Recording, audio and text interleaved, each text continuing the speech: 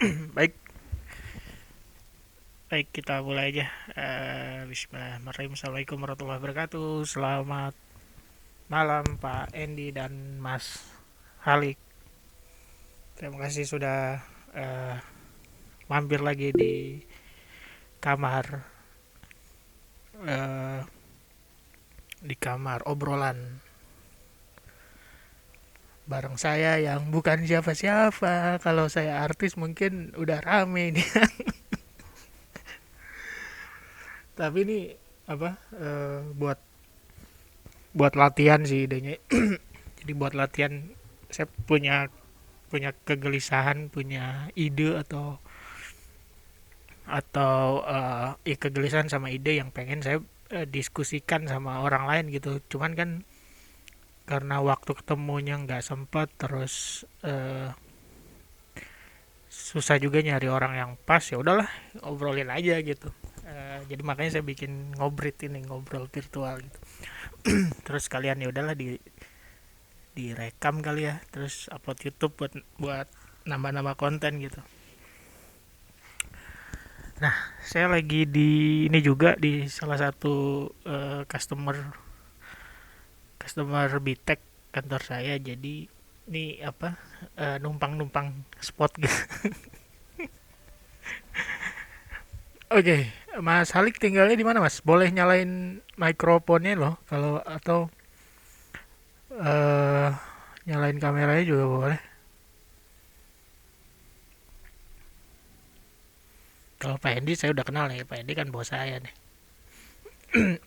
Mas Halik di mana tinggalnya? Terus aktivitasnya apa Mas? Di Makassar. Aktivitasnya apa Mas Halik?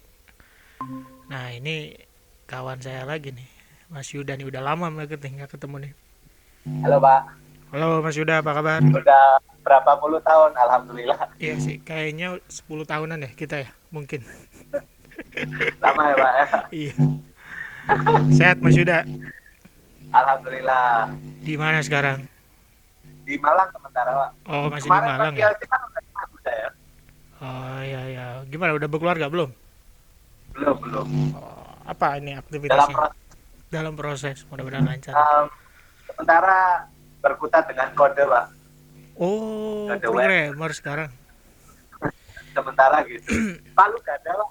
Waduh. Disuruh Nggak, kali lubang saya. ya nggak apa-apa kalau sekali malu 1 miliar mah nggak apa-apa ya Pak Endi ya. Mas Alik apa tadi ininya, kegiatannya Mas Alik? Biar saya dapat gambaran dulu nih, temen ngobrol saya nih apa nih aktivitasnya.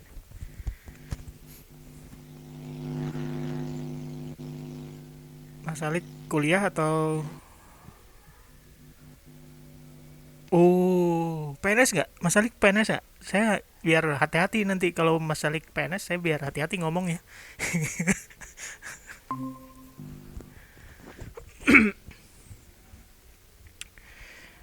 Baik, oke, Mas Alik sysadmin ternyata.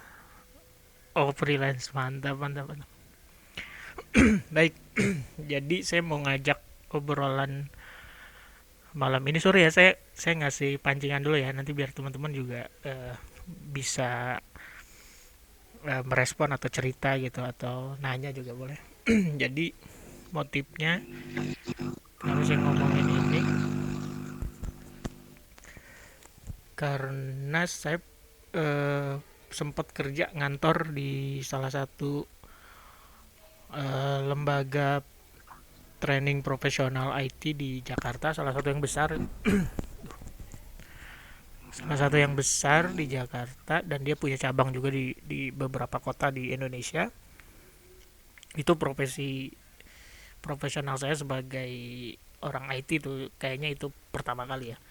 2 tahun di sana, di eh, 2 tahun saya sebut aja lah namanya ya, biar saya sebut nggak ya. Di Inixindo, Sebut aja Pak. sebut aja ya, saya di Inixindo termasuk yang besar. Jadi bisnisnya adalah bisnis training training profesional IT. Dia partnership sama vendor globalnya Cisco, Microsoft, eh, isi kansil kalau nggak salah. Saya belum tahu kalau sekarang masih atau enggak, tapi itu awal awal saya kerja sebagai eh, instruktur gitu. 2 tahun. Keluar dari sana saya juga sempat freelance ngajar-ngajar, nggak hanya ngajar di Inixindo tapi ngajar juga di tempat lain. Tempat apa, lembaga lembaga training profesional lainnya. Kemudian eh, saya bikin BTEC juga tahun 2016, mulai fokus di BTEC itu, bikin training juga sama training profesional. Bitek perasaan udah lama deh Pak. BTEC dari 2009, cuman sebetulnya saya keluar masuk. Oh gitu Aslinya dia ya. 2000, dari 2009. Saya biasalah kan masih muda ya, darah muda nih, Pak Endi pasti ngerti nih.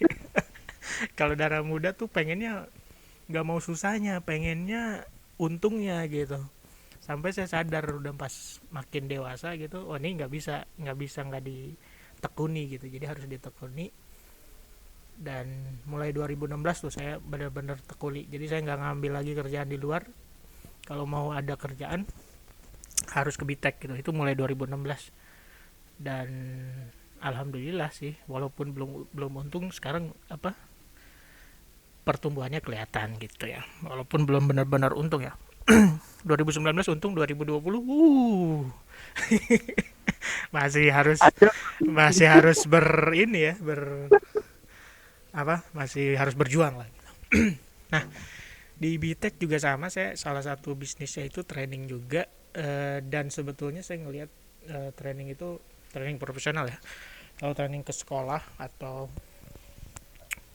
training komunitas itu kan apa ya, nggak enak lah ngejualnya ya kalau ke sekolah. Tapi kalau profesional tuh kita memang beneran jual gitu, dan itu nilainya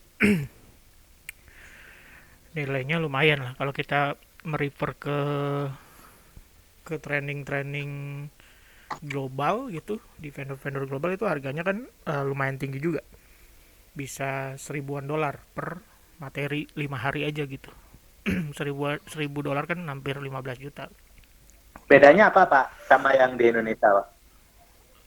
Beda. Padahal relatif sama kadang ya. Nah, ini justru serunya nih. makanya makanya kalau kita udah tahu apa ya, udah tahu cara celahnya gitu ya, udah tahu cara proses kerjanya, itu sebenarnya kita juga bisa deliver dengan harga yang apa, yang ya mungkin nggak sama tapi mendekati lah. Karena kalau sama pasti apa kan, kalau kita mah apa, user pelanggan Indonesia tuh pasti nyari yang murah gitu, tapi cari yang kualitasnya bagus, itu kan sadar banget ya. Nah, kalau kita udah tahu gimana bikinnya, gimana gimana nyari bahannya, terus gimana cara delivernya, itu sebetulnya kita bisa juga gitu bersaing sama training-training lain gitu. Nah, kalau karena ini targetnya profesional, berarti target jualannya itu ke kantor, ke perusahaan, ke lembaga pemerintah. Dan itu nggak dihitung satuan biasanya, jadi dihitungnya paket. Dan kalau di Bitek sendiri, kami biasanya ngeset minimal 4, jadi minimal 4 baru trainingnya jalan. Jadi kita nggak jual satu gitu. Pernah kita pasang iklan buat jual perorangan gitu, jatuhnya nanti ya yang daftar nggak banyak, tapi kan resource buat ngeluarin ngajarin satu orang sama sama 4 orang itu sama sebetulnya. Jadi makanya kita uh, apa, paket-paket gitulah, di minimal 4, maksimalnya per kelas 8. Karena berdasarkan pengalaman kami juga itu, yang bisa di cover dalam satu kelas itu oleh instruktur itu 8 orang gitu. Kalau udah lebih dari itu perlu asisten, instrukturnya perlu asisten per 8 orang. Jadi kalau udah lewat dari 8 10 orang, nah itu perlu asisten 1 orang sampai dengan 16. Jadi 16 nanti, lebih dari 16 perlu lagi asisten 1 orang lagi gitu. Karena kalau konsep training IT itu biasanya IT yang hands on ya, terutama itu kan peserta perlu didampingi gitu. Jadi itu proses. Nah, Oke, ada yang join lagi. Assalamualaikum, selamat malam Pak Bu Hori Muslim. Salam kenal Pak. Waalaikumsalam, Mas Putian. Ya, Bapak, kita pernah ketemu nggak ya? Belum pernah. Oh, belum pernah ya? Siap. Bapak boleh cerita Pak di mana Pak Ya. tinggalnya, aktivitasnya? Eh, saya di Cipinang tinggalnya, Oh, Jakarta Timur ya masuknya. Jakarta Timur. Ya, kegiatannya apa Pak? Eh, saya bukan konsultan sih. Oh ya. Saya di IT. Ya, saya handle IT Ops di Grab saat Oh, ini. Buat ya, siap, siap, siap. Mantap, mantap, mantap. Terima kasih Pak sudah gabung. Saya lanjut dulu Pak ya. Cerita-cerita. siap. Monggo.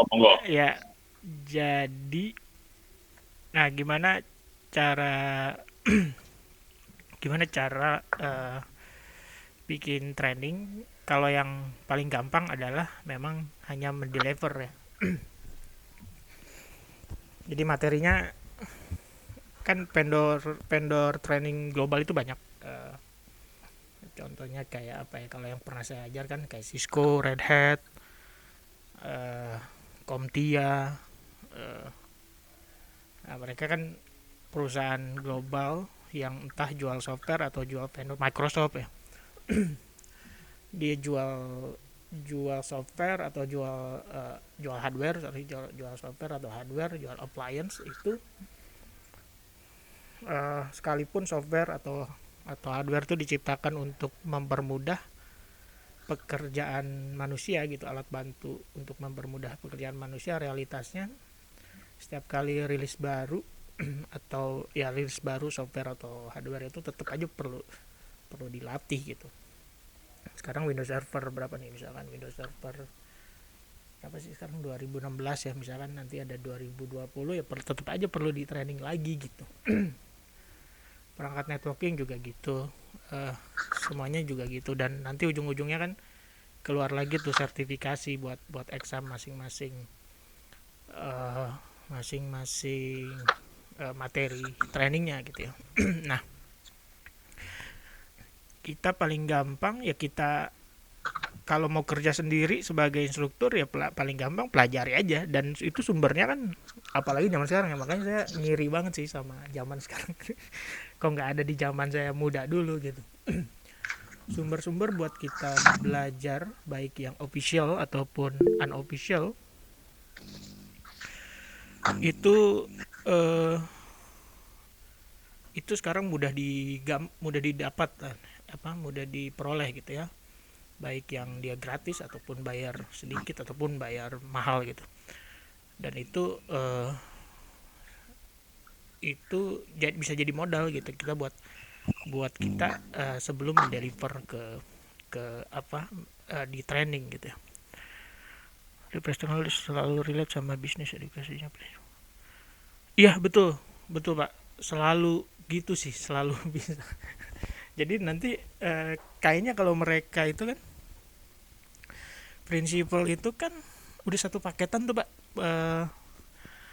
Kalau dia jual misalkan jual satu produk nih hardware misalkan, itu udah semuanya tuh udah di semua divisi kayaknya udah dikasih tahu ya, ini kita mau produk ini nih, jadi siapin dari kalau produk itu juga dibundle sama services, tim servicesnya juga udah siap. Mau dibundle sama support, tim supportnya juga udah siap. Mau dibundle sama trainingnya juga udah siap gitu. Jadi memang kalau yang vendor global tuh memang komprehensif lah di semua. Jadi dia nggak cuma ngerilis produk tapi juga merilis pendukung supaya produk itu betul-betul terjual, dipakai sama orang, bener-bener terasa manfaatnya itu betul-betul dipikirkan gitu. Nah, spesifik ke training sama betul. Jadi training materinya itu selalu diupdate, misalkan versi 1 itu untuk, atau kalau kalau Microsoft itu kan Windows Server tadinya 2012, muncul lagi 2016, ya udah nanti update juga tuh materi trainingnya. dan saat materi training itu update ya berarti baru lagi tuh. Jadi bisnisnya jalan terus gitu. Eh, nah, yang kita kalau kita sebagai individu nih, partner saya semua nih, Pak Firdaus sama Pak Indra. Selamat bergabung Bapak-bapak. Saya lanjutkan dulu ya. Nah, cara gampang tadi kita mau masuk ke bisnis training jadi instruktur itu belajar, dan sumbernya sekarang banyak, mau yang official ataupun enggak. Lalu kita tinggal deliver aja. Tinggal deliver materinya gitu. Kisaran buat ngajar itu kalau di Jakarta ngajar classroom ya. Classroom itu lumayan, kisarannya saya kasih tau aja lah biar per hari itu bisa, tergantung pengalaman dan pengalaman instrukturnya, itu bisa range-nya mulai dari 1 juta sampai 5 juta per hari. Kalau di kita nggak dihitung rata-rata sih, yang saya tahu itu nggak dihitung per jam ya, tapi dihitungnya hari. Ini ngajar berapa hari nih? Ngajar 5 hari ya, berarti per hari mendes kita berapa? Misal mendes kita 1 juta ya berarti ngajar 5 hari itu dibayar 5 juta gitu.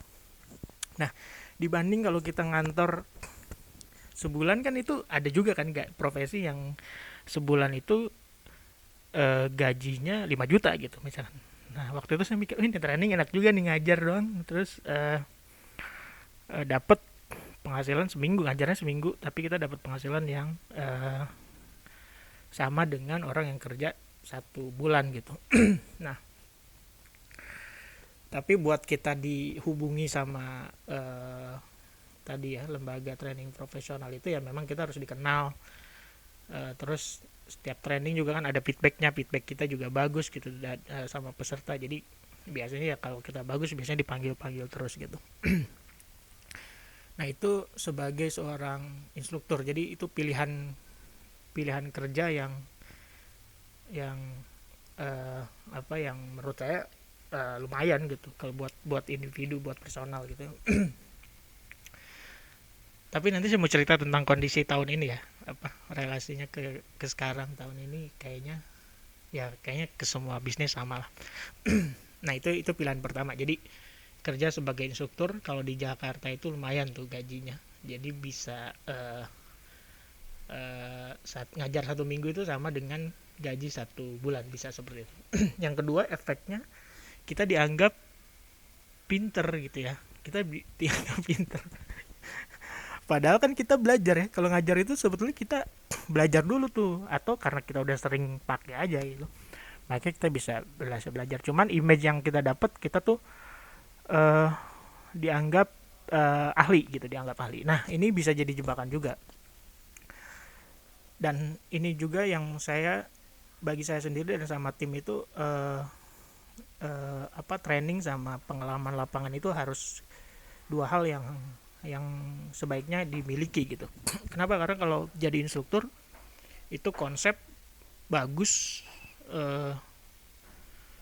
teori-teori bagus, cuman kurang pengalaman lapangan gitu. Sehingga kalau ngajar peserta yang dia latar belakangnya dari profesional dan mereka bertanya tentang isu yang terjadi real di lapangan, itu kalau kita nggak punya kita hanya bergantung sama teori-teori kita, itu menurut saya jadi kita nggak bisa merespon dengan baik gitu pertanyaan peserta.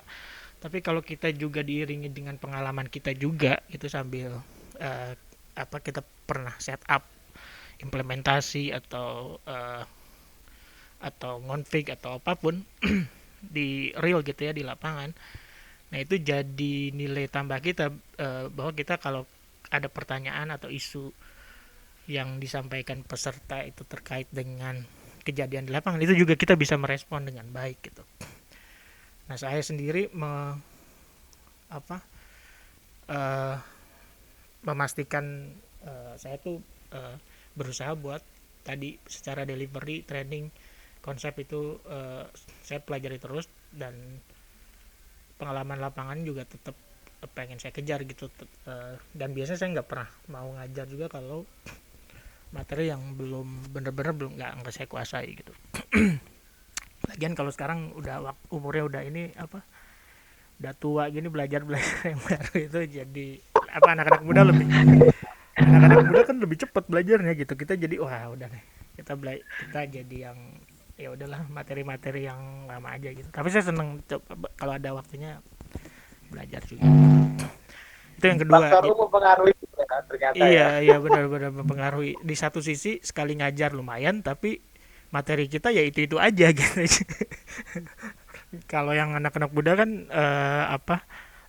lebih cepat gitu ya belajarnya, lebih waktunya juga lebih banyak.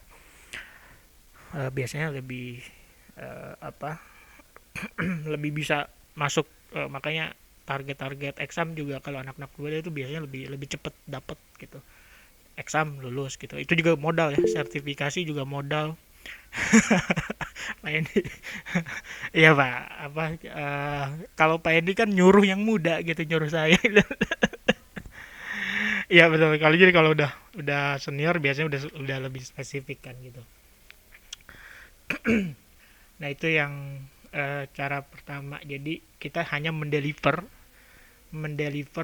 materi yang udah ada, dari prinsipal gitu, dari vendor global, ya udah deliver aja materinya. Udah ada Cisco misalkan, track apa sih CNA udah ada tuh, mau apa slide-nya, slide, buku untuk instruktur, buku untuk peserta, panduan lab, panduan setup lab, panduan lab buat peserta, itu udah ada semua. Eh, kita tinggal deliver aja. Kalau misalkan ada yang salah improvisasi gitu pesertanya, udah suruh aja, jangan jangan gitu mas, udah ikutin aja labnya gitu. Di Red Hat juga sama gitu. Jadi eh, itu satu cara gitu ya kita masuk ke industri training. Yang kedua adalah kalau sebagai apa, sebagai organisasi gitu, sebagai entitas perusahaan, ya kita bisa juga gitu. Cuman kalau sebagai perusahaan kan harus partnership biasanya. Nah, prinsipal atau vendor global ini beda-beda dalam hal persyaratan partnership kemitraannya. Jadi ada yang harus bayar duluan di depan, ada harus bayar belakangan, ada yang mahal, bayarnya mahal banget, ada yang murah banget lah. Itu masing-masing masing-masing prinsipal punya kebijakan sendiri-sendiri kalau kita mau jadi mitra, kalau perusahaan kita mau jadi mitra untuk deliver training mereka gitu.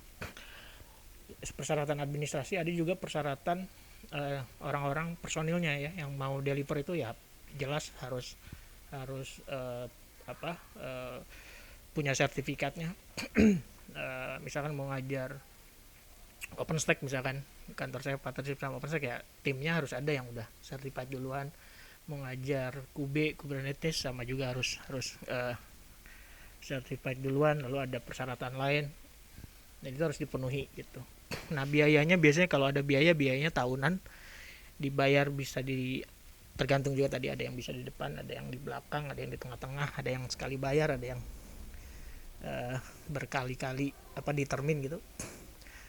Nah keuntungannya bagi perusahaan itu kalau partnership ya dapat diskon kayak voucher, kita bisa jual dengan nilai yang sama, nilai pasaran gitu, tapi kita dapat selisih marginnya nggak banyak, biasanya 10-20% paling tinggi. Kemudian kalau ada info-info terkait acara itu kita dapat duluan. Kalau ada training materi baru kita dapat infonya juga duluan gitu.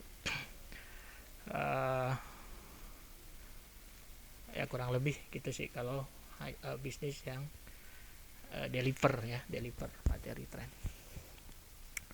Nah cara ketiga itu masuk ke industri training adalah kita bikin sendiri materinya. Jadi kita bikin lalu kita deliver gitu. Sebenarnya ini bisa personal, bisa juga sebagai entitas gitu ya, sebagai perusahaan. Jadi kita bikin materinya lalu kita deliver juga gitu. Nah kan biasanya bingung nih, sumbernya dari mana gitu.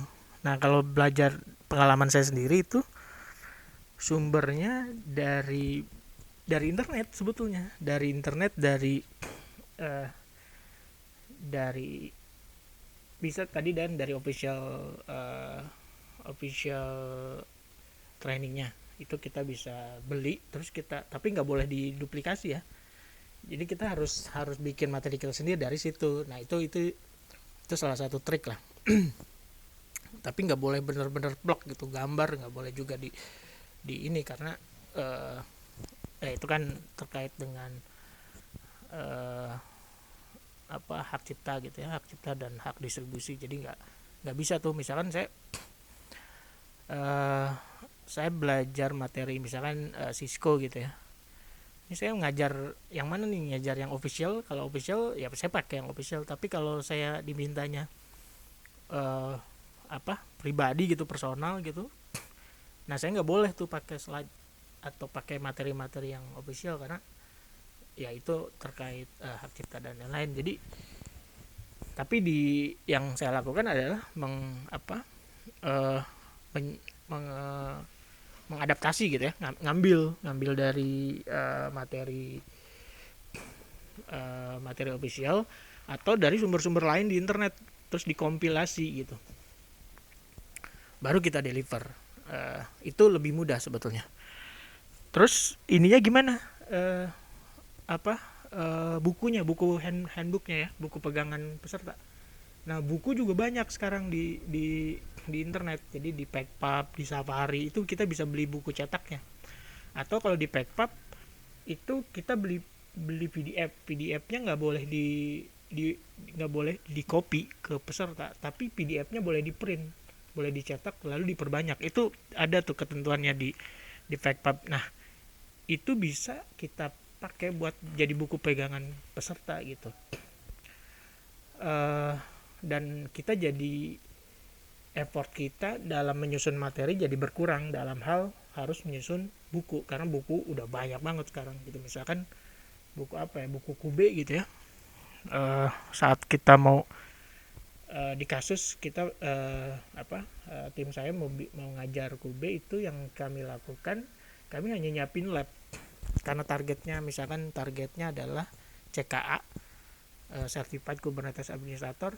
Dan itu kebetulan kurikulumnya open, ada di GitHub juga, dikasih itu panduan kisi-kisi CKA, training CKA itu apa aja. Nah ya udah kita dari situ kita bikin bisa aja kan sebetulnya bikin materi bukunya bisa, terus bikin slide-nya gitu ya, terus bikin materi lab. Cuman kan jadi banyak tuh yang harus kita kerjain gitu ya. Nah kalau trik kami fokus di lab, jadi fokusnya bikin skenario lab. Bukunya gimana, bukunya tadi pakai yang udah ada orang bikin, itu kita beli, terus baca lagi lisensinya. Kalau dia boleh dicetak diperbanyak, kita perbanyak, tapi kalau enggak ya udah beli banyak sejumlah peserta, tapi biasanya itu harganya jadi lebih mahal lagi. Di beberapa kasus ada juga yang seperti itu. Nah slide biasanya kita bikin sendiri juga. Kadang ada beberapa training malah nggak usah pakai slide, karena kita tunjukin langsung kita arahin langsung ke buku atau ke internet gitu. Sekarang gaya ngajar saya juga semuanya nggak lagi pakai slide, tapi langsung ke sumbernya, ke internet gitu ya. Kalau ada mengarah ke source code tertentu, ya udah langsung aja dibuka GitHub-nya, jadi peserta juga bisa ngecek. Selebihnya diarahin ke lab gitu, karena biasanya kalau yang training IT yang technical itu biasanya ya 75%, 80% itu kan ke lab. Kayak Red Hat sama Kubernetes sama OpenStack itu kan examnya aja nge-lab semua gitu. Jadi bukan lagi pilih ABC gitu, multiple choice, bukan gitu lagi, tapi hands on semua. Jadi sebagian besar sih lab gitu. Nah itu salah satu trik gitu ya, salah satu jalan kalau kita mau masuk ke industri training. Dan itu bisa dihitung pengeluaran berapa, beli buku berapa, bayar instruktur berapa, nyewa tempat berapa, sewa internet berapa. Nah itu apa istilahnya, COGS ya, biaya-biayanya itu berapa. Terus ya udah, di kalau kita mau minimal kelas 4 orang, dibagi aja gitu, bagi 4. Oh ini kalau kita mau untung berapa, udah masuk situ, bagi 4, ya udah itu yang harga per orangnya. Tapi kita jualnya tetap minimal 4, dan dijualnya jangan ke perorangan tapi ke perusahaan atau ke lembaga pemerintah gitu. Ngomong-ngomong, APBN untuk training itu di masing-masing lembaga pemerintah itu cukup besar. Makanya ada beberapa lembaga training itu ya dia cuma fokus bisnisnya, fokus di training aja, itu juga udah bisa hidup gitu sepanjang tahun. Dia nggak ngerjain services, nggak ngerjain support, ya udah training aja. Itu ada juga yang kayak gitu. Kenapa? Karena APBN untuk training itu ternyata besar juga gitu. Belum lagi dari swasta. Cuman kalau ngajar, mohon maaf nih, nggak semua ya, tapi biasanya kalau ngajar di kementerian itu ya gitu kan ya, sayang banget kan. Pesertanya ada, kalau yang muda-muda biasanya semangat, kalau yang udah senior biasanya suka ngantuk-ngantuk gitu. Jadi kebawa tuh ke instrukturnya juga, aduh jadi gimana sih ngajarnya. Nah gitu teman-teman, kira-kira pancingan obrolannya. Silakan kalau ada yang mau cerita juga atau mau menambahkan atau bertanya. Kalau apa namanya di kementerian tadi, biasanya Pak gimana Pak strateginya kalau ada orang yang ngantuk-ngantuk gitu, bangkitin biar gitu. Keberanian atau gitu. Jadi ini berdasarkan pengalaman saya, orang pergi training itu macam-macam motifnya. Atau orang minta ke HR buat training itu juga macam-macam motifnya. Ada yang dia memang mau keluar dari rutinitas kerjanya. Jadi memang karena kerjaannya mungkin berat dan training adalah salah satu jalan buat paling nggak seminggu tuh dia nggak fokus ke ini, nggak fokus ke kerjaan gitu. Yang penting keluar kantor aja. Itu ada yang seperti itu.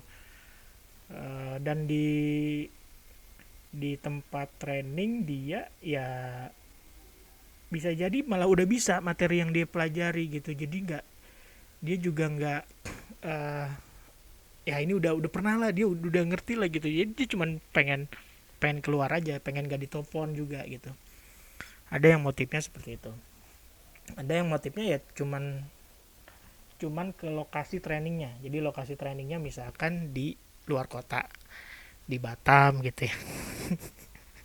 itu kalau biasanya ya nih, tapi nggak semua. Biasanya kalau lembaga pemerintah tuh saya nggak, kurang ngerti lah aturan, tapi biasanya di luar kota dan dia nggak ngejar materinya tapi ngejar jalan-jalannya. Ada juga yang kayak gitu.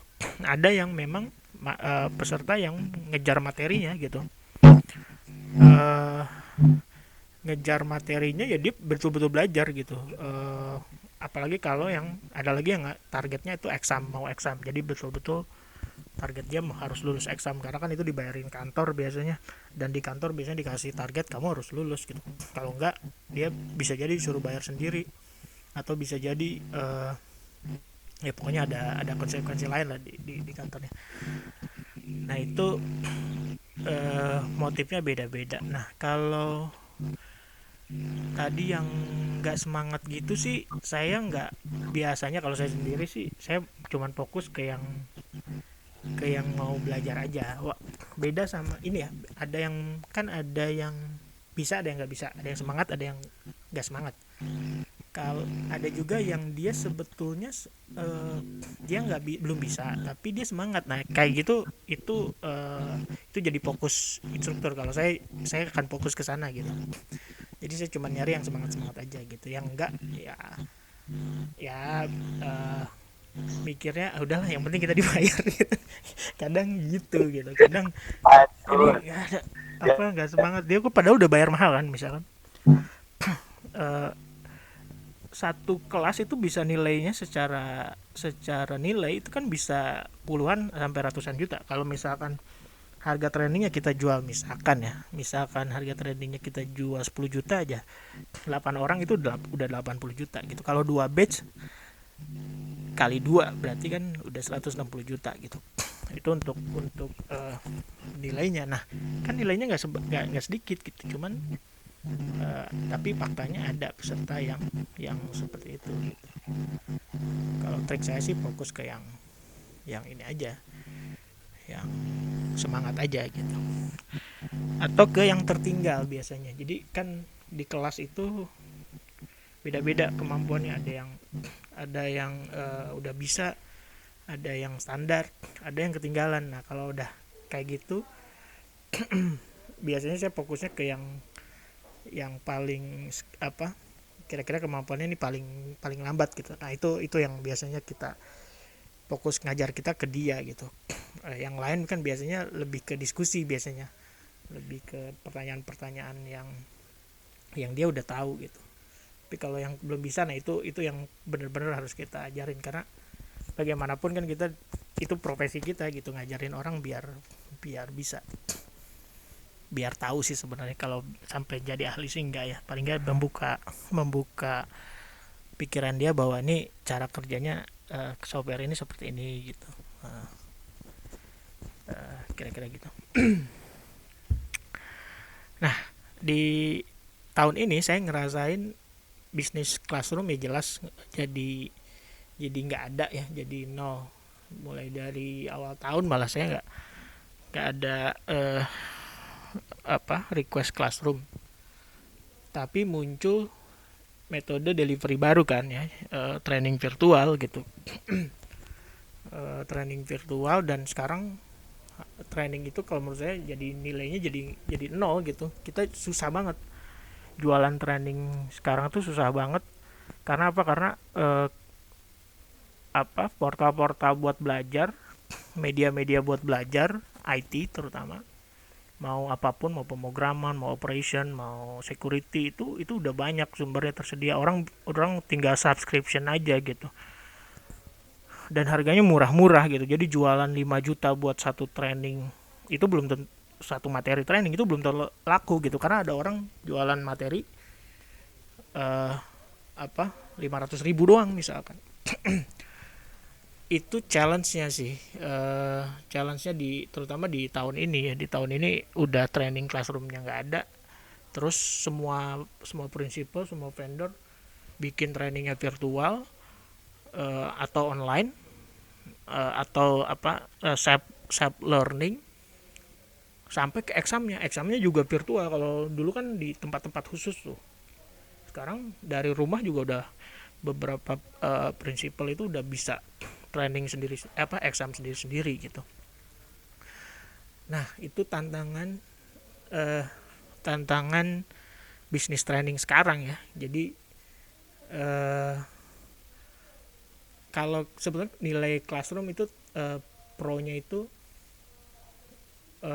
ya tatap muka lah ya. Kita bisa tahu reaksi peserta, kalau ada isu langsung bisa terbesut, kalau ada pertanyaan langsung bisa dijawab saat itu juga. Tapi kalau online kan hambatannya internet, atau kadang suara kita nggak jelas, atau ekspresi kita nggak kelihatan gitu. Jadi itu pro consnya lah. Secara nilai sebetulnya classroom itu lebih besar gitu ya. Tapi kalau virtual ya, karena mungkin nggak bayar ruangan, nggak bayar makan siang gitu, jadi harganya juga masih, makan siangnya kan masing-masing, jadi lebih murah.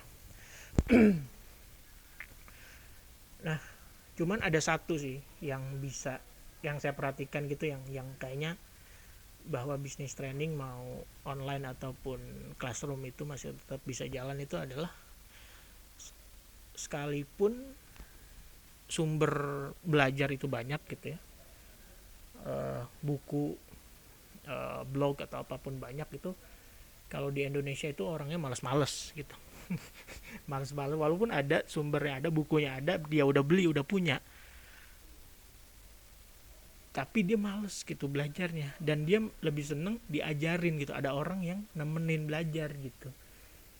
Itu yang saya saya pelajari ya, kayaknya tuh orang Indonesia karakternya gitu. Jadi kalau yang apa sih, yang media-media belajar online yang dia nggak dia cuma naruh materi gitu, terus orangnya belajar sendiri, ya mungkin buat, kalau dari 10 orang mungkin itu akan berhasil buat 2 orang gitu. Kalau menurut saya ya, akan berhasil buat 2 orang, paling banyak mungkin 4 orang, tapi selebihnya sebagian besar itu kayaknya eh, males-males gitu. Sehingga perlu ada instruktur gitu, ada orang yang nemenin belajar. Nah, dan kayaknya di Indonesia karena kulturnya gitu, itu bisa jadi tetap aja bisnis training itu ada gitu.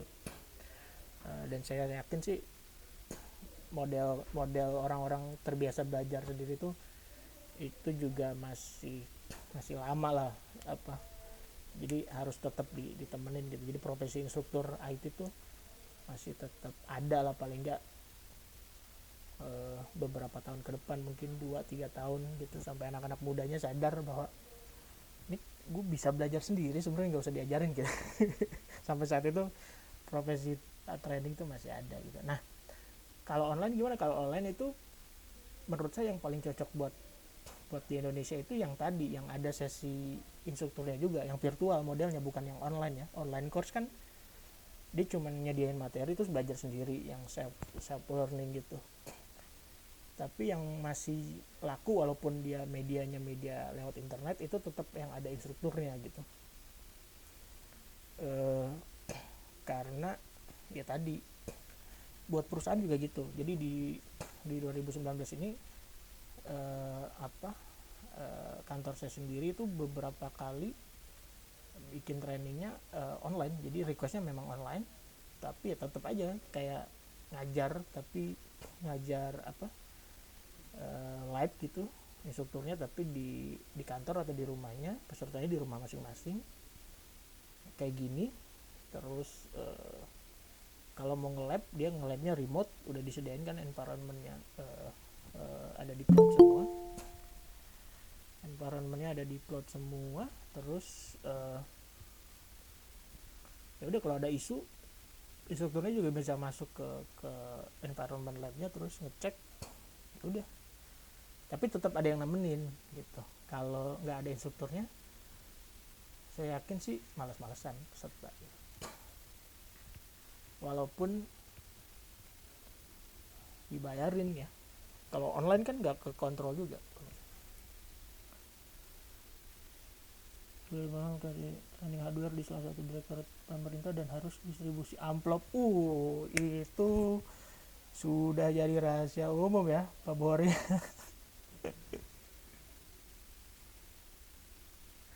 Bisnis training online dan classroom secara sertifikasinya beda. Oh sama Pak, kalau sekarang. Jadi Bapak mau trainingnya virtual ataupun training classroom, itu examnya sama. Paling nggak di beberapa prinsipal ya, misalkan di Red Hat gitu. Bapak kalau mau ngambil exam kelas classroom sama kelas virtual sama kelas online, ujung-ujungnya examnya sama, kodenya RH134 misalkan. Itu sama. Jadi mau ngambil yang mahal atau yang setengah mahal atau yang murah, itu tetap sama, examnya sama gitu. Cuman kan yang mana nih yang laku dan yang cocok di Indonesia, kalau menurut saya sih, walaupun online gitu, walaupun lewat internet, tetap aja perlu ada instrukturnya kayaknya kalau di Indonesia sih. Iya Pak, kayaknya sih gitu. Jadi boleh saya cerita lagi, saya juga bikin akademi sekarang kan. Akademi kebenaran ada program dari donor gitu, dari luar lah. Itu ngajak salah satu yayasan di Indonesia. Terus dia ngajakin kami gitu ya, untuk ngajarin materi cyber security. Kami ngambilnya dari materinya Kompia, materi cyber security ke siswa SMK gitu. Dibayarin, internetnya dikasih berapa ya, 150.000 per 2 minggu buat pulsa. Kalau dia belajarnya bagus, dikasih voucher harganya $200, voucher buat Visa Plus. Instrukturnya ya dibayar tetep ya, karena kan donor ada ini. Tapi jangankan pesertanya ya, nggak semua, tapi gurunya juga yang di training itu ya nggak, misalkan dari 50 yang hadir ya setengahnya gitu. Jadi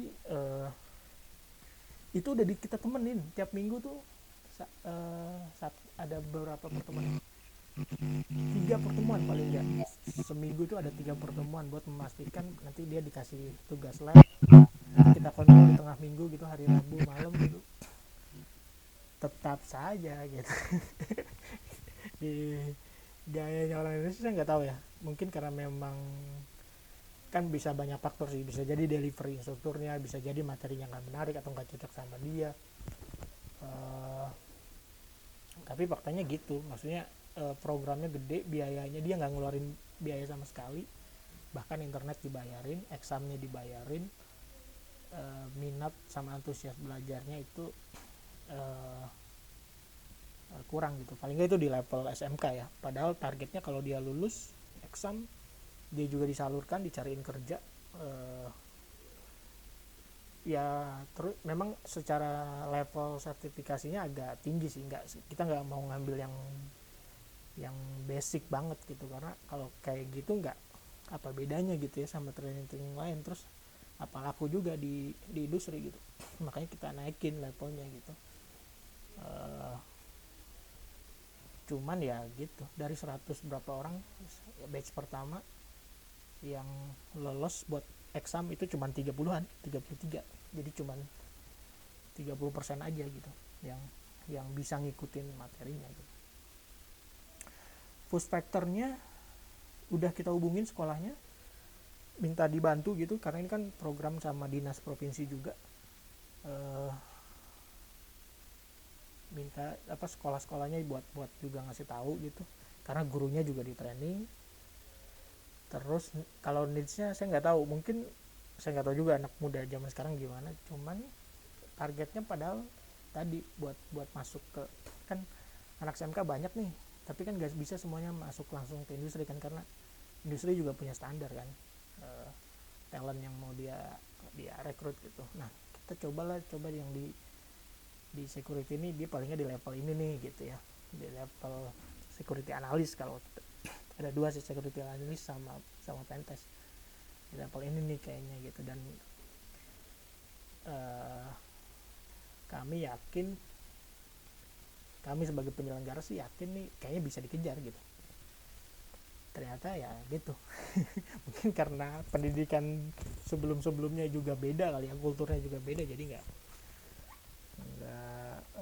antusiasnya ya kurang gitu, sayang aja gitu. Selamat datang Pak Ustadz, ini tetangga saya nih, cuman jarang ketemu nih, Pak Yan. Apa kabar Pak? Mas Indra, tips untuk para newbie, kadang saat memberikan materi ada kalanya blank, gak ingat lanjutannya.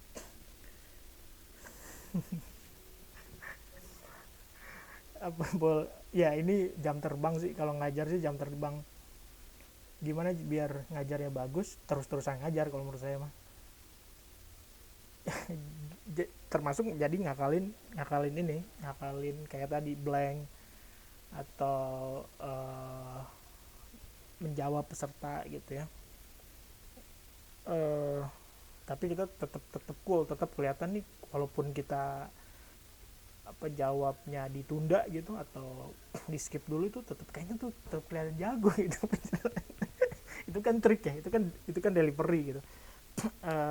Jadi memang ada, jadi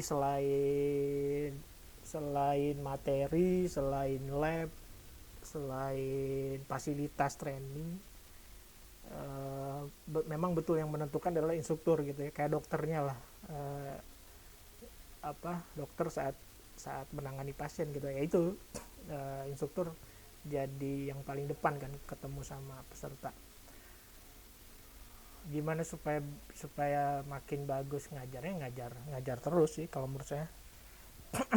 Ngajar terus. Nah kalau trik saya gini, kan saya udah ada target nih, misalkan suruh ngajar apalah materi A gitu ya, materi misalkan apa ya, security saya pernah ngajar salah satu lembaga pemerintah yang ngurusin masalah korupsi ya. Eh, Di Indonesia cuma di satu Pak yang Indonesia ngurusin cuma masalah korupsi Pak. tidak Saya tidak tahu usah Pak. disebut dong gitu. Nah, habis itu ngajarnya agak lama, 2 bulan apa 3 bulan. Saya belum pernah ngajar materi itu.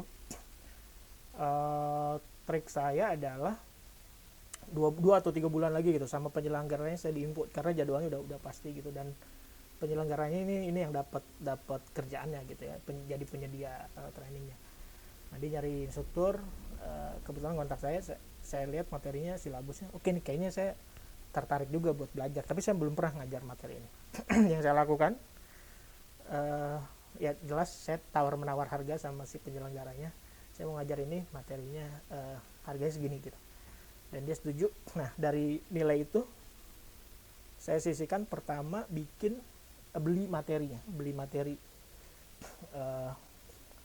berapa gitu, $250. Terus saya beli juga examnya, paketan gitu kan yang murah-murah gitu. Nah, triknya itu saya bikin training gratis buat latihan. Kalau di stand up comedy itu istilahnya apa ya, istilahnya open mic ya kalau nggak salah. Nah, saya bikin kayak gitu, jadi sebelum training hari hanya itu saya latihan, karena kan apa yang saya udah bikin nih, materi yang udah saya bikin atau lab yang saya udah bikin harus dites tuh. Cuman ngetesnya ke siapa? Nah, biasanya saya ngajak ke komunitas atau ke manapun gitu, saya bikin publikasi aja, ini training gratis materi ini gitu. Cuman kita kasih judul yang agak beda gitu ya, jangan sama persis ntar ketahuan. Training gratis itu saya jadiin untuk latihan saya sendiri, ngelatih materi, ngelatih lab, supaya nanti pas hari hanya kita kelihatan bagus gitu. Gitu sih paling Mas Indra kalau cara saya.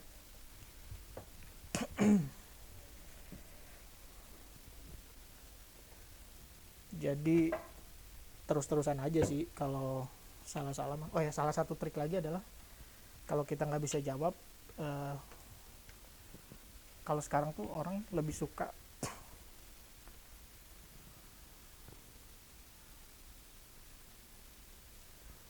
ini ngecas ya. Sekarang orang lebih suka kita apa adanya gitu. Ya walaupun ada potensi kita dianggap nggak ahli ya. Tapi kecenderungannya sih gitu deh kalau sekarang tuh, atau itu persepsi saya aja. Jadi kalau kita nggak bisa bilang nggak bisa gitu, atau kita belum pelajari. Makanya salah satu trik saya kalau misalkan nggak ada pertanyaan yang saya belum bisa jawab, itu saya bilang saya belum bisa jawab sekarang. Kalau misalkan ada sesi berikutnya besok atau minggu depan, itu saya coba cari tahu dulu, besok atau saat pertemuan berikutnya itu saya akan jawab gitu. Nah, itu salah satu trik saya juga. Jadi kita kan manusia juga gitu, kita nggak, ya orang persepsinya kalau instruktur tuh tahu semua gitu, padahal enggak juga kan, enggak selalu juga. Itu salah satu trik saya sih, saya kayak gitu jawabnya. Nah, malamnya itu saya belajar habis-habisan pertanyaan dia gitu. Ya apaan sih gitu. Saya coba, nah besoknya biar confident, ya udah saya jawab sebelum sesi lanjutnya. Saya jawab dulu pertanyaan si bapak atau ibu itu gitu. Nah, itu salah satu trik sih. Mas Indra, lebih nyaman memberikan training ke swasta atau di public sector? Tentu di swasta dong. Nah, ini menariknya training ya. Training itu pelaksananya pendek, cuma 5 hari seminggu lah ya, atau 2 atau 10 hari. Prosesnya cepet, cairnya cepet. Itu training. Jadi biasanya kalau di bisnis saya tuh training itu jadi kayak apa? Jadi penyelamat lah. Saat ini nggak ada pemasukan, itu training. Karena training kalau dibanding jasa ya, kalau jasa kan kita harus jasa implementasi dulu 2 bulan 3 bulan baru duitnya cair gitu ya. Nah, kalau training itu cepet, ada request, kirim penawaran, kirim PO, laksanakan trainingnya, kirim invoice, langsung cair. Itu dalam periode 2 minggu bisa selesai gitu, duitnya bisa kita terima gitu. Dan kalau di pemerintah itu lama prosesnya biasanya. Jadi saya lebih senang di swasta pak, bener lebih cepat kalau di swasta. Dan tadi antusias peserta kan penting juga, jadi kita tuh kita kan ngaruh ke instruktur tuh saat ngajar, pesertanya males sama semangat. Itu kita kalau semangat kita juga semangat, kalau males tuh kita jadi aduh, eh ya walaupun duitnya tetap dapat ya, cuman kan perasaan kita sebagai apa ya istilahnya, integritas kita, idealis kita sebagai seorang instruktur kan mau ngajar nih gitu, kerja datang pagi-pagi gitu kan, misalnya jam 9 kita udah siap, itu kan mau ngajar. Cuman kalau pesertanya datangnya aja jam setengah 12, setengah jam ngajar, jam 12 sudah istirahat, kan apaan tuh kerjaan kayak apa tuh kayak gitu kan. Walaupun senang-senang aja ya kalau kita kan dibayar, tapi faktanya ada yang kayak gitu.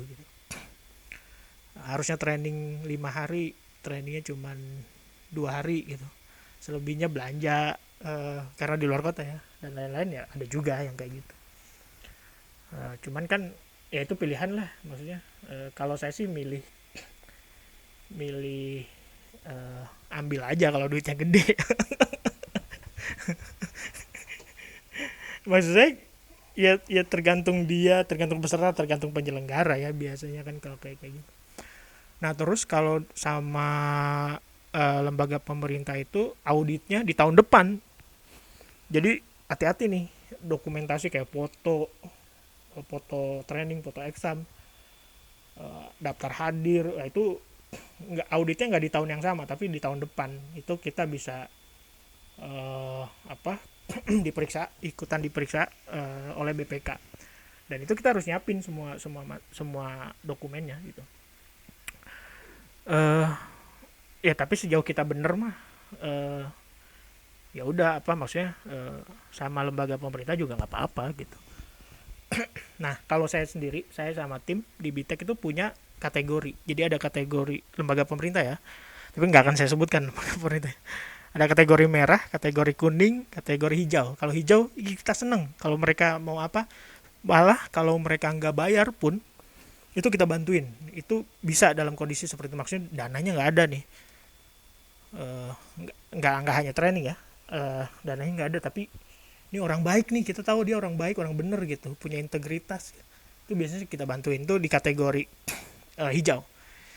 Kategori kuning itu yang kita masih ragu-ragu lah, nih ambil nggak ya, kalau nggak diambil duitnya lumayan nih gitu, kalau diambil nih ada resikonya nih kayaknya nih gitu. Nah itu yang kuning. Kalau yang merah itu kita udah tandain tuh, ini wah nggak mau lah kementerian ini gitu ya. Eh, kita udah tahu, kita udah pernah di situ, pengalaman kita nggak bagus, udah biasanya nggak kita ambil. Kalau kita sih gitu. Iya, Pak Endi ya, iya tujuannya kan gitu kan, ngobrol-ngobrol kayak gini kan biar tahu. Jadi kita punya list sendiri lah, lembaga pemerintah atau kementerian mana masuk merah, masuk kuning, masuk hijau, itu versi kita sendiri gitu ya. Eh, ya berdasarkan pengalaman gitu. Baik, bapak-bapak silakan kalau ada yang mau cerita juga pengalamannya, atau ada minat buka lembaga training. eh Menurut saya sih potensinya masih ada ya, peluangnya masih ada gitu. Apalagi kalau nanti COVID udah beres, saya kira. Oh ya, di tahun ini ada beberapa juga yang saya tahu lembaga training yang terpaksa harus tutup karena dia menurut saya sih terlambat berinovasi gitu. Saya termasuk beruntung, di tim saya termasuk beruntung karena kita dari 2018 itu udah mindahin semua environment lab kita ke cloud gitu ya. Jadi dulu tuh kita dari laptop ya, dari masing-masing peserta pakai laptop sendiri-sendiri, install OpenStack, terus pindah ke nyediain satu server di server lokal. Terus mulainya dari peserta pakai laptop peserta sendiri, terus kita sediain laptop, terus kita bikin server lokal, baru kita pindahin ke cloud semua. Itu panjang, itu nggak beres 1 tahun, itu 2 tahun lah, 2 tahun, 2016, 2017, 2018 tuh baru kita pindahin semua ke cloud. Nah untung berasa tuh saat sekarang pas ditanya sama ada request dari peserta, mas nih trainingnya virtual bisa nggak? Oh bisa gitu. Kenapa? Karena environment lab kita udah di cloud semua gitu. Jadi itu salah satu ininya sih. Nah sementara teman-teman yang lain yang dia penyelenggara masih masih ngandelin eh, lokal gitu ya di laptopnya gitu, training dia nyediain PC atau laptop untuk di kelas. Nah itu agak terlambat sih, apalagi dari sisi prinsipalnya sendiri udah ngerilis langsung kan, dijual langsung ke end user gitu. uh, Udah gitu muncul lagi banyak platform training kayak Udemy dan lain-lain gitu. uh, Ya efeknya dia nggak bisa bertahan gitu. Akhirnya pindah kantor ke yang lebih kecil karena kelas-kelasnya kosong kan, nggak bisa dipakai lagi kelas-kelasnya. Terus nah kalau kami dulu kelas nggak punya kan, kami kantor kan ruko aja, nggak ada ruang kelas ideal. Caranya gimana triknya? Sewa ini coworking space, itu kan banyak tuh ruang meeting itu. Jadi kalau ada training Jakarta kita nyari coworking space di Jakarta, sewa ruang meeting di sana. Itu kan harganya jelas juga tuh, itu masukin ke nilai tadi yang biaya-biaya training tadi 5 hari berapa. Terus makan ya cari aja sekitar situ, Hokben, KFC apa kayak gitu kan. Itu jadi makan siang. Nah kalau yang mereka kan nyediain ruangan training gitu, modalin di situ. Nah saat kondisi kayak gini itu biayanya jalan terus, sementara pemasukannya nggak ada. Itu terpaksa mungkin harus harus ini. Tapi beberapa ada yang berubah juga, maksudnya dia ngikutin ngikutin juga, ikut jadi online. Cuman kan semua sekarang semuanya online gitu, terus kita nilai jualnya apa gitu. Trik saya lagi tadi mempertahankan instruktur, ada tetap ada instrukturnya. Yang kedua tuh ngambil, kalau saya ngambil, kalau di materi training kan ada piramidnya nih. Yang paling bawah itu paling basic, jumlah orangnya banyak tapi penyedia trainingnya juga banyak. Cisco misalkan CCNA tuh, atau Mikrotik tuh apa tuh MTCNA tuh banyak tuh, tapi pasarnya banyak juga tapi penyedianya banyak juga. Saya nggak ngambil market di situ, saya naikin dikit. Nah di level-level intermediate lah, di sini eh, apa sudah lebih spesifik orangnya, udah orang-orang yang nyari spesialisasi gitu. Makanya kita ngambilnya kan kayak cloud ya, OpenStack, DevOps gitu. Itu kan kalau yang requirementnya kan Linux fundamental, networking. Nah kita nggak jualan Linux fundamental sama networkingnya, kita jualannya yang di sini. Kalau misalkan mereka belum menguasai, kita suruh training tempat lain dulu gitu buat belajar itu gitu. Kita ngambilnya di tengah karena yang main di sini belum banyak. Kebanyakan lembaga training mainnya di bawah nih. Kalau di sini nggak banyak, apalagi topik-topik spesifik gitu. Itu masih masih dikit lah kalau di Indonesia. Kalau mau lebih ini lagi ya level atas gitu. Itu salah satu trik kami gitu.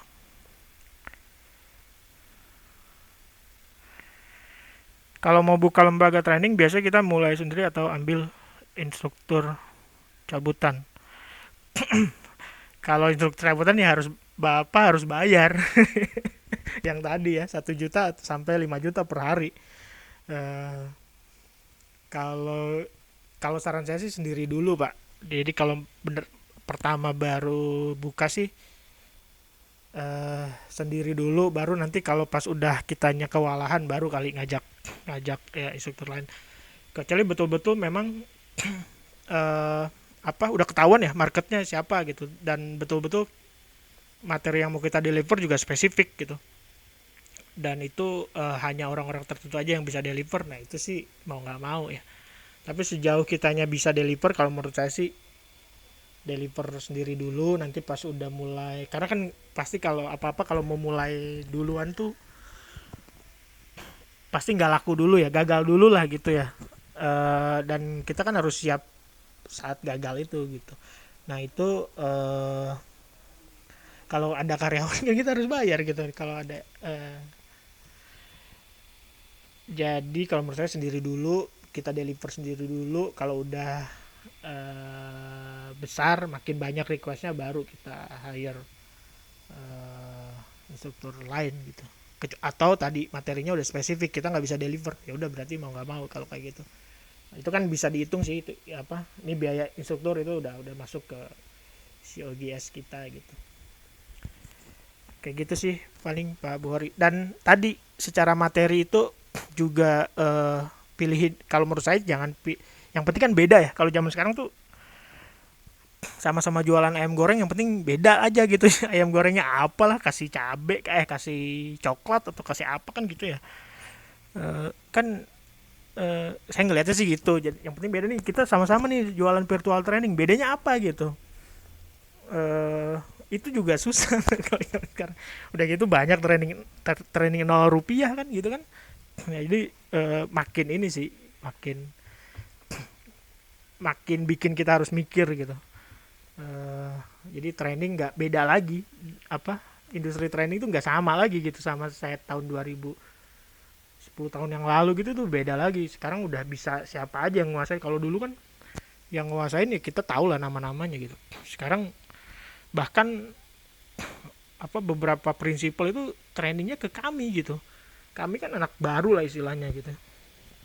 Ada di kasus sistem integrator besar itu ke kami juga gitu. Jadi sekarang dengan berbagai sumber tadi kita bisa ikutan gitu.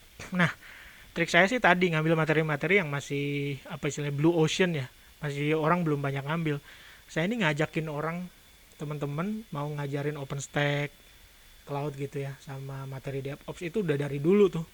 Kenapa? Karena pemainnya nggak banyak gitu.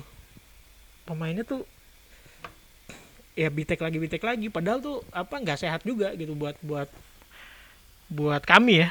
Kadang tuh kewalahan. Di tahun kemarin tuh 2019 kami banyak nolak nolak training ya, padahal yang tadi yang delivernya padahal gampang itu kita tolakin karena nggak bisa, instruktur udah nggak ada lagi gitu, sampai sampai kayak gitu. Nah jadi Pak Bori kalau mau bikin training bolehlah, training cloud sama DevOps gitu, nanti saya ajarin lah, nggak usah bayar. Saya cuman mau nyari temen aja gitu, mau nyari temen yang ini big data, misalkan IoT itu kan materi-materi baru tuh. Machine learning, nah itu belum ada tuh trainingnya yang garap, yang seriusan ya, yang bener-bener ini. Kebanyakan kan orang mainnya di services atau di development. Nah mainan di training itu orang kadang nggak perhatiin. Pas di request ke orang yang jualan services atau development itu biasanya nggak bisa karena mereka udah nggak ada waktu juga gitu. Nah padahal kita bisa garap celah itu juga gitu. Iya betul Pak, saya setuju sih, itu bakal banyak.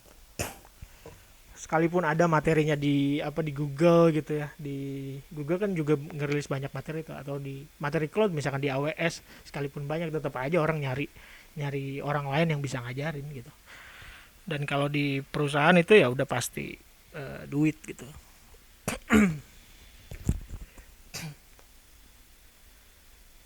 Baik, sudah mau jam 9. Bapak-bapak terima kasih nih atas obrolannya. Mudah-mudahan sih saya nggak tahu diskusinya bermanfaat atau enggak. Saya ngobrol suka random gitu. Membuka apa, wacana juga, bapak-bapak sekalian, misalkan kalau ada saya mau bikin usaha training gitu. Yang mungkin kita bisa diskusi lanjutan gitu ya. Saya sih bersedia sekali gitu, terutama yang terkait materi-materi yang Bitek jual juga ya. Itu saya dari dulu nyari temen yang mau jualan materi-materi yang sama itu nggak ada tuh. Mereka masih main aman di, mohon maaf ya, itu bukan berarti buruk ya, tapi apa, masih main aman di apa, networking gitu ya, sistem operasi ya. Maksud saya itu memang ada marketnya terus, cuman nih ada kebutuhan lain nih yang nggak ada orang garap gitu. Yang ini kan udah banyak gitu, maksudnya yang fundamental kayak networking, sistem operasi, itu kan udah banyak yang main gitu. Saya ngajakin ayo dong ke apa, SDN misalkan ya, ke DevOps, ke Big Data, itu nggak banyak tuh pemainnya tuh. Padahal saya mau sharing juga gitu. Di mana sih dapetin materinya nih? Saya tunjukin ini nih. Di mana sih dapetin bikin labnya ini, mau saya tunjukin semuanya, mau saya share gitu. kan gimana cara bikin lab yang paling murah coba. Kan itu bikin kayak kita deploy OpenStack itu kan harus minimal 3 node gitu ya. 3 node kali 8 peserta aja misalkan. Itu gimana coba skenario-nya. Nah, itu kan saya mau sharing gitu, mau sharing kayak gitu, cuman nggak banyak orang yang mau gitu. Padahal tuh kalau udah ya udah jalan aja. Maksud saya bisa jadi kalau saya penuh bisa saya oper ke sana gitu. Kalau di sana penuh ya oper juga ke sini kan bisa gitu maksud saya. Karena masih marketnya masih gede gitu. Ya, Pak Bohor ya. Nanti kita ngobrol ya, Pak. Ya, Pak Mas Yuda juga bikin di Malang. Nanti kalau ada peserta dari Malang, kemarin saya ngajar di Jawa Timur apa ya? Lupa saya. Dinas Kominfo Tulung Agung. Itu kan Jawa Timur. Tim saya coba jauh-jauh ke sana ngapain? Ada Mas Yuda di Malang gitu kan. Cuman saya nyari di Malang yang bisa ngajar Docker, DevOps saat itu ya. Itu nggak ada. Ke Bogor coba requestnya coba. Ya rezeki saya juga. Cuman kan kayaknya apa gitu. Misalkan di Makassar, ya udah Makassar aja, nggak usah ke Bogor gitu. Marketnya sih masih luas gitu. SDN itu di ini Pak di telco sih. Kalau di startup saya kurang tahu ya di startup implementasinya gimana. Yang jelas kalau misalkan dia udah pakai cloud sih udah pasti pakai SDN kan. Cuman realnya betulan SDN itu idealnya sih di telco. Cuman di Indonesia juga belum pada mulai tuh kayaknya. Masih nyari solusi yang pas gitu. Kalau kita ngomongin Cina sama Amerika Cina Telkom, AT&T itu mah udah jauh lah gitu. Cuman kalau di Indonesia sih pada belum. Ya, silakan Pak Firdaus, terima kasih udah mampir. Baik, Bapak-bapak sekalian udah jam 9. Terima kasih sudah mampir. Mudah-mudahan sih bermanfaat tadi ya. Diskusinya dan yang mau mulai jadi instruktur training profesional IT itu bisa mulai gitu, jangan ragu, itu ada duitnya gitu. Kemudian yang mau bikin perusahaan yang fokusnya di training itu juga masih ada gitu ya potensinya, walaupun situasinya lagi sulit kayak gini. Tetap aja sih sebenarnya trik semuanya kayaknya sama kan. Jadi kita perlu trik aja, perlu inovasi aja gitu. Gimana nih apa bedanya training kita sama training yang lain. Baik, terima kasih Bapak-bapak sekalian, saya tutup obrolannya. Mohon maaf kalau saya ada salah-salah kata. Saya tutup. Selamat malam. Assalamualaikum warahmatullahi wabarakatuh. Terima kasih semua. Terima kasih Mas. Makasih Waalaikumsalam. Pak Bori, makasih ya.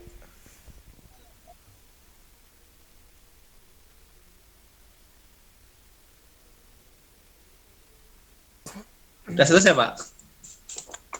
Udah Mas, udah.